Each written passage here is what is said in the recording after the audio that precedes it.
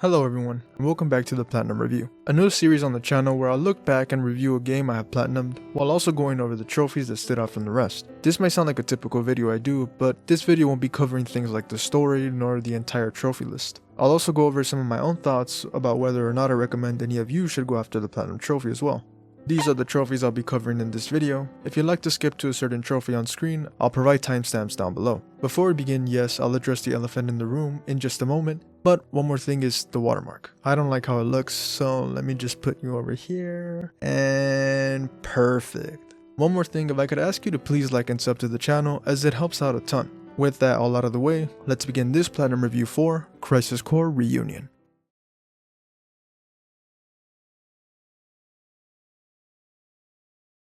Before actually even talking about the game, I should give some lore as to what led me to start trophy hunting in the first place. I believe it was back in 2022 or 23 when I was watching YouTube videos and was recommended a video by Tanner J, more specifically his Cuphead video. I enjoyed the video and after was recommended even more videos from other YouTubers within this community. Channels like Study, Sandres, Brando B, Trophy Troy, Bushido Cypher, and Platinum Bro. But a set of videos by the channel called Archivist pushed me to start trophy hunting. More specifically, his videos on obtaining the Platinum Trophy for all the Call of Duty games. Around this time, I was getting into the Final Fantasy games, more specifically Final Fantasy VII Remake. I enjoyed the game, but it was the next title which is where I would begin trophy hunting. That game, Crisis Core Reunion.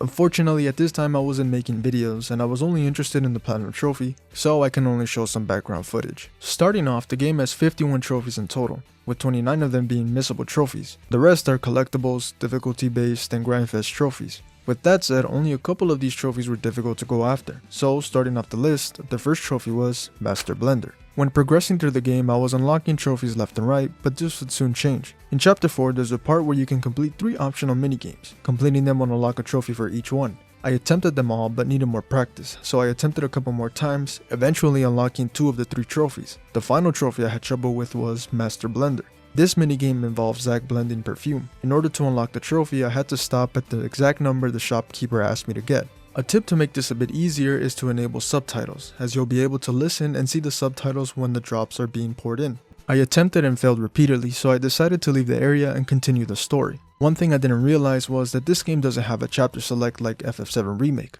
I failed to notice this, but luckily I would have a save file that took me back to the exact spot. I then finally completed the minigame and got the trophy, but noticed something else. I already had a missable trophy. Back in Chapter 1, I missed a miscellaneous trophy, Hero of the Wutai War. Luckily for me, I could let it go since I would have to do another run for the hard difficulty trophy later on. After this, I would be more careful and rely more on the guide since I didn't want to be missing a lot of the missable trophies since there are a ton, but this also had its downsides. I did cheapen the story since I was looking at the guide a lot. Looking back, I wish I didn't rely on it too much, but hey, thankfully now I only glance at a game's trophy list if I'm really interested. Also, just to see if there's any online trophies. I hate them. I debated whether or not I should include this next trophy, but looking at the guide, I think it deserves to be mentioned. Genji equipment. So what's the big deal with this trophy? Well, it's one part in the set that drove me insane. The Genji armor. In order to obtain this piece, you'll need to achieve 100% in all DMW images. This trophy ties into another trophy, DMW Master. I'll go over DMW Master later on, but just know it's RNG related, which is why this specific piece of armor was time consuming to go after. A very annoying trophy. Before moving on, I'll say the Genji equipment is really good, providing great buffs for late game, so that makes up for the one horrible mission. The next trophy is Mission Completionist.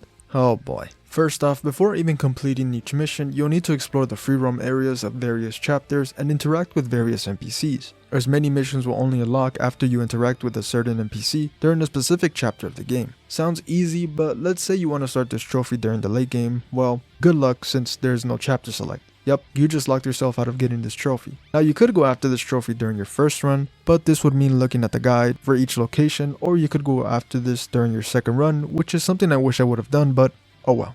Then if that wasn't tedious enough, you'll then need to complete all of the missions. You could do this one of 2 ways. Complete the missions as you progress through the game, or start the missions close to the end of the game. Whichever one you choose, I'm telling you now, it will take a long time. A really long time. There are a total of 10 main missions, and each of them have submissions ranging from 4 to 6 missions, and those submissions have even more submissions. If this sounds insane, well, don't worry, it is, because the total number of missions that are included are about 300. Talk about dragging it. This trophy is a definition of grindfest. Good luck to anyone who is currently going for this trophy. The next trophy is Zack the Sniper, obtained by not allowing a single gun bullhead to escape while sniping. There are various minigames found throughout the game, but this one in particular gave me a headache. The one thing that made this difficult was missing a shot, because a gun bull would escape shortly after. Additionally, you can't replay the minigames. If you fail, the only way to replay the minigames is by creating a save file before attempting them. If you didn't do that, well, too bad. You could load up a save file from before arriving at the area, or wait until your second run to attempt to go after this trophy. As you take down the gun bulls, the number increases as you progress through each area. The first couple of sections will have one gun bull, but progressing further you'll have to eliminate 2 or 3. The best way to kill them is by landing headshots or barrels found next to them. If you struggle during this part, I recommend looking at the guide as it goes into detail of the many different sections of this minigame. After failing and retrying this minigame far too many times, I unlocked the trophy, Zack the Sniper. We now arrive at the final trophy, DMW Master. This trophy alone made me consider moving on from getting the platinum due to how long it took to obtain. In game there is a slots mechanic called DMW, or Digital Mind Wave. When you match 3 images of a specific character or numbers, you'll receive various buffs during combat. The reason I bring this up is because for the trophy DMW Master, you must achieve 100% progression for all the DMW. All this. One good thing is for the summons on this chart, you'll only need to summon them once during combat and it'll be at 100% when finished. Although you can miss one summon, that one being the Phoenix found in chapter 8 inside this water tank like thing. Luckily this is the only missable one. Now the 7 remaining are characters Zack meets throughout the story. When playing the story I made some progress on each character, but then I was close to ending the story and decided to go after this trophy. This took forever to complete and killed all enjoyment I had for the game. I'm exaggerating a bit, but this trophy did ruin an otherwise perfect trophy list. I remember I had 2 characters that were at 90%, Cisne and Song. I searched up a video showing me a method to farm and complete the DMW. I thought I was gonna get them done in an hour or so, but no. For Cisne, I got bored and left my console on while I went to go do other things. Coming back hours later and finally got her at 100%. Moving on to Song, this time I left my console on overnight and when I came back I was still at 90%. I was angry but even more shocked. I left it running again and got it later during the day. To this day I have not suffered anything close to what this trophy had put me through. And if I ever see a game that has an RNG trophy in the list, I immediately drop it from any consideration to 100% it. Looking at you, Danganronpa V3. Funny thing, during the writing of this video I searched up a guide for this specific trophy to see if maybe I was hit with the big wave of misfortune. Looking at the video it says, leave the game running for a couple of hours or overnight. This really is the worst trophy of the entire list. One more thing before we move on to the end of the video, I found this comment under the guide video I mentioned earlier.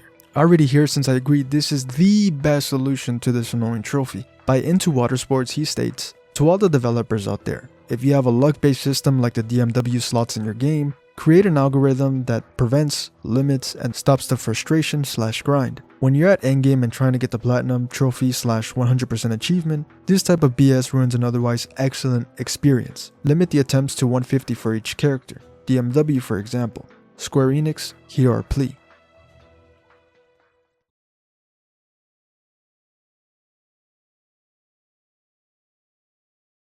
Overall, I enjoyed my time with this game, mostly. I would recommend this game to you all, but I'll warn you now that one RNG trophy will sour this otherwise excellent trophy list. From a 1 to 10 rating in terms of difficulty, I'd say this game is about a 5. Let me know down in the comments if you have obtained the platinum trophy for this game, or if you're considering going after it. I have more videos like this coming soon with other new video ideas. I have a speedrun video planned out, but I'm not too sure how to structure it, but that's for later on. Lastly, I mentioned this in my previous video, but I won't be uploading a platinum video during November due to another platinum video I'm currently working on, which I'm hoping to release during December.